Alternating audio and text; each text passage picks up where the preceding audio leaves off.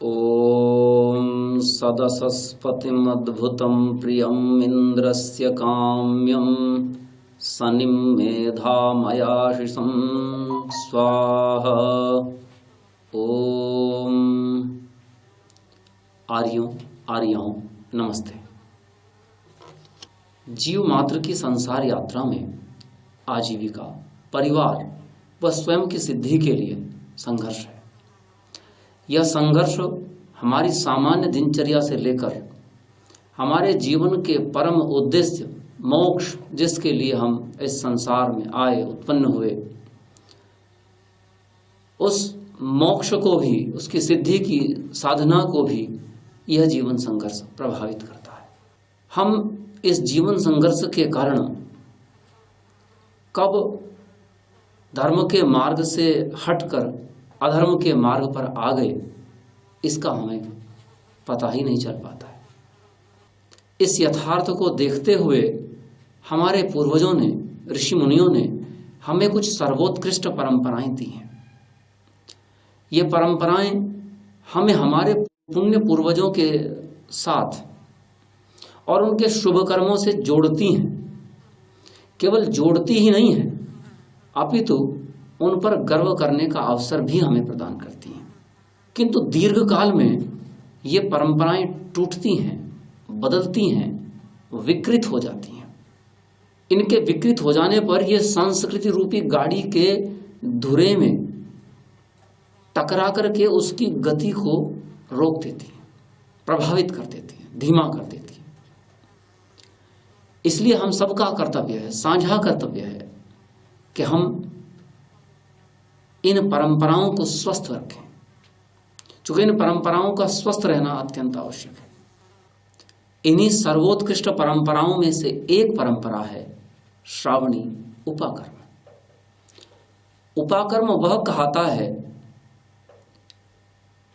जिसके लिए व जिस उद्देश्य से हम यज्ञोपवीत धारण करते हैं, और वह उद्देश्य है वेदाध्ययन। वेदाध्ययन का उद्देश्य सनातन सिद्धांतों का जानना, जिससे हम उन्हें जीवन में लागू करके स्वयं को और अन्यों को भी दुखों से बचाकर सुखों से पूरित कर सकें। आर्यों आर्याओं यज्ञोपवीत और वेदों के अध्ययन का परस्पर प्रगाढ़ संबंध है। यज्ञोपवीत के बिना वेद के अध्ययन की अनुमति ही नहीं है, और वेदाध्ययन के बिना यज्ञोपवीत को पहनने का या वेद के सिद्धांतों को जाने बिना यज्ञोपवीत को धारण करने का कोई औचित्य ही नहीं। अर्थात दोनों परस्पर संबद्ध है, और इसे इतना ऋषियों ने संबद्ध किया है कि संध्या को ऋषियों ने प्रत्येक मनुष्य के लिए आवश्यक माना है। किसी भी धार्मिक मनुष्य को संध्या में छूट नहीं। सन्यासियों को यज्ञ में छूट हो जाती है, लेकिन संध्या में उन्हें भी छूट नहीं है। ऋषि इस संबंध में अत्यंत कठोर रहे हैं। लेकिन यहां एक बात स्मरणीय है कि संध्या में उन्हें छूट नहीं है, लेकिन संध्या बिना यज्ञोपवीत के नहीं हो सकती। अर्थात संध्या की अनुमति भी यज्ञोपवीत के बिना नहीं है। इसलिए इस यज्ञोपवीत का धारण करना हम सबके लिए अनिवार्य है। संध्या इतनी आवश्यक है कि संध्या नहीं करने वालों को ऋषि व्यवहार के योग्य भी नहीं मानते हैं। उनके साथ व्यवहार नहीं किया जाना चाहिए, और संध्या बिना यज्ञोपवीत के हो ही नहीं सकते। अतः हम सबके लिए अत्यंत आवश्यक है कि हम यज्ञोपवीत धारण करें और अपनी परंपराओं का पालन करें। वास्तव में संध्या इसलिए बिना यज्ञोपवीत के नहीं हो सकती क्योंकि संध्या भी स्वाध्याय ही है, वह भी वेद के सिद्धांतों के धारणार्थ ही है। अतः प्रत्येक यज्ञोपवीति अर्थात आर्य को वैदिक सिद्धांतों का अध्ययन, स्वाध्याय व उन पर विचार कर उन्हें अपने जीवन में लागू करना आवश्यक है। इस काल में जब परंपरागत रूप से वेदाध्ययन की परंपरा कुछ ही कुलों तक सीमित रह गई है, जिसे विस्तृत करने की आवश्यकता है, उसके लिए प्रयास होते रहे हैं, हो भी रहे हैं, लेकिन बृहत्तर समाज के उन सब लोगों का क्या जो उस परंपरा से पढ़ ही नहीं सके। निश्चित रूप से उन्हें ऋषियों के लिखे वेदानुकूल शास्त्र, जिनसे आर्य सिद्धांत स्पष्ट हो सकें, जैसे सत्यार्थ प्रकाश, ऋग्वेदादि भाष्य भूमिका, संस्कार विधि, आर्याभिविनय आदि ऋषियों के लिखे हुए ग्रंथों का अध्ययन और स्वाध्याय करना चाहिए, क्योंकि ऋषियों का आदेश है स्वाध्यायान मा प्रमदः, अर्थात स्वाध्याय से प्रमाद मत कर। स्वाध्याय इतना आवश्यक है कि उसमें प्रमाद किया ही नहीं जा सकता, करना ही नहीं चाहिए। क्यों? क्योंकि स्वाध्यायादिष्ट देवता संप्रयोगः, ऐसा योग दर्शनकार कहते हैं। अर्थात स्वाध्याय से जो हमारा लक्ष्य है, जो हमारा उद्देश्य है, वह हमारे समक्ष प्रकट हो जाता है, अर्थात उसे स्वाध्याय हमारे समक्ष प्रकट कर देता है ताकि हम उसे प्राप्त कर सकें। जिसके समक्ष लक्ष्य प्रकट है वह उसे प्राप्त कर सकता है, जिसके समक्ष लक्ष्य ही नहीं है वह कैसे प्राप्त कर सकता है। स्वाध्याय किस प्रकार से लाभ करता है, इसकी व्याख्या करते हुए योग दर्शन के भाष्यकार ऋषि व्यास कहते हैं कि स्वाध्याय योग संपत्त्या परमात्मा प्रकाशते, अर्थात स्वाध्याय और योग रूपी संपत्ति से परमात्मा प्रकाशित होता है। प्रकाशित होने का तात्पर्य हम उसे जान सकते हैं, अर्थात स्वाध्याय से उसे जाना जा सकता है। अतः स्वाध्याय अत्यंत आवश्यक है, क्योंकि जो परम उद्देश्य है वह भी स्वाध्याय से ही जाना जा सकता है, इसलिए करना ही चाहिए। ऋषिदयानंद का तो स्पष्ट कहना है कि वेद सब सत्य विद्याओं का पुस्तक है। वेद का पढ़ना पढ़ाना और सुनना सुनाना सब आर्यों का परम धर्म है। स्मरण रहे, धर्म और अधर्म के बीच कुछ नहीं होता है। या तो हम धर्म का पालन कर रहे होते हैं, और जब हम धर्म का पालन नहीं कर रहे होते हैं तो हम अधर्म का व्यवहार कर रहे होते हैं, अर्थात हम अधर्म कर रहे होते हैं। क्योंकि इन दोनों के मध्य में और कोई बीच में कुछ है नहीं, या तो धर्म या तो अधर्म। याद रहे, स्वाध्याय धर्म है और अनध्याय अधर्म। स्वाध्याय लक्ष्य दिखाता है और अनध्याय लक्ष्य भटकाता है। स्वाध्याय परमात्मा के निकट करता है और अनध्याय परमात्मा से दूर करता है। अतः स्वाध्याय की आदत, इसे व्यसन बना लेना चाहिए, इसको अपने भीतर पक्का कर लेना चाहिए। क्योंकि स्वाध्याय हमारे लिए कितना महत्वपूर्ण है, इससे समझ सकते हो कि जो परंपराएं हमें हमारे पूर्वजों पर गर्व करने का समय देती हैं, गर्व करने का अवसर प्रदान करती हैं, उन परंपराओं को भी हम तभी ठीक रख सकते हैं यदि हम स्वाध्याय करते हैं। स्वाध्याय नहीं करते हैं तो वो परंपराएं धूमिल हो जाती हैं और अंध परंपराएं चला करती हैं। सांख्य दर्शनकार ठीक कहते हैं, उपदेश्यो उपदेष्टित व तत्सिद्धि इतरथा अंध परंपरा। सत्य नहीं जान सकते हैं, सत्योपदेष्टाओं के अभाव में या स्वाध्याय के अभाव में जब हम सत्य को जान नहीं पाते हैं तो सत्य के नहीं जानने से अंध परंपराएं चला करती हैं। अंध परंपराएं पूर्वजों की परंपराएं नहीं हैं, अंध परंपराएं तो अविद्या की परंपराएं हैं। और उनसे बचना है तो स्वाध्याय आवश्यक है। आर्यों, ये पर्व स्वाध्याय का पर्व है।